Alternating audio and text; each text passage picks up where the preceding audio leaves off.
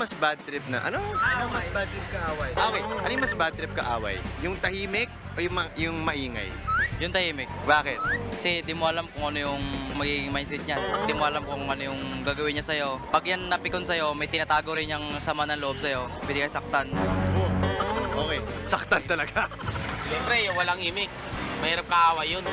Bakit? Kasi hindi nasasagot yun eh. Bigla ka na lang aawayin yun eh. Yung umiimik, alam mo kung kailan siya magagalit. Kadalasan, yung mga nakakaaway mo, yung mga walang imik o yung mga maingay? Yung maingay. Oo.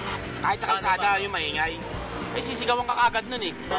Siyempre, tatahimik ka kagad. Pag naisip mong mali, saka ako sasagot. Yung walang imik kasi hindi mo alam kung anong nasa loob. Eh yung madaldal, siyempre naririnig mo na yung side niya. Eh, alam mo na, malalaman mo kung ano talaga siya. So ano ba yung style dyan? Kapag yung kalaban mo ay wala siyang imik. Kailangan mo kausapin para makita mo yung kalooban niya kung ano talaga. Ano yung payo mo sa lahat ng nagagalit dyan?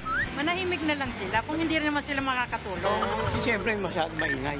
Bakit po? Eh, masyado nakaka-irita yung gano'n.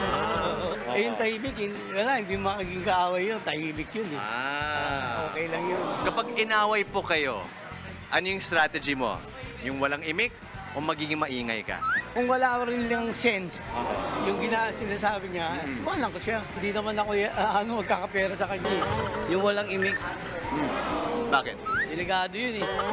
Delikado ba? Bakit delikado? Pag tahimik, yun yung mga matitindi. Yung maingay, wala yun. Diwag yun. Okay. Yung tahimik lang yan, makakatakot ka ako yan.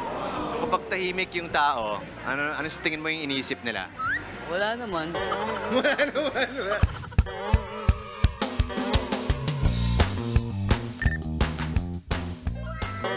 Mga kapatid, Justin Quirino po. Masayang kwentuhan at makapulahang informasyon ang hatid namin tuwing umaga. Kaya mag-subscribe na at mag-follow sa social media pages ng News 5.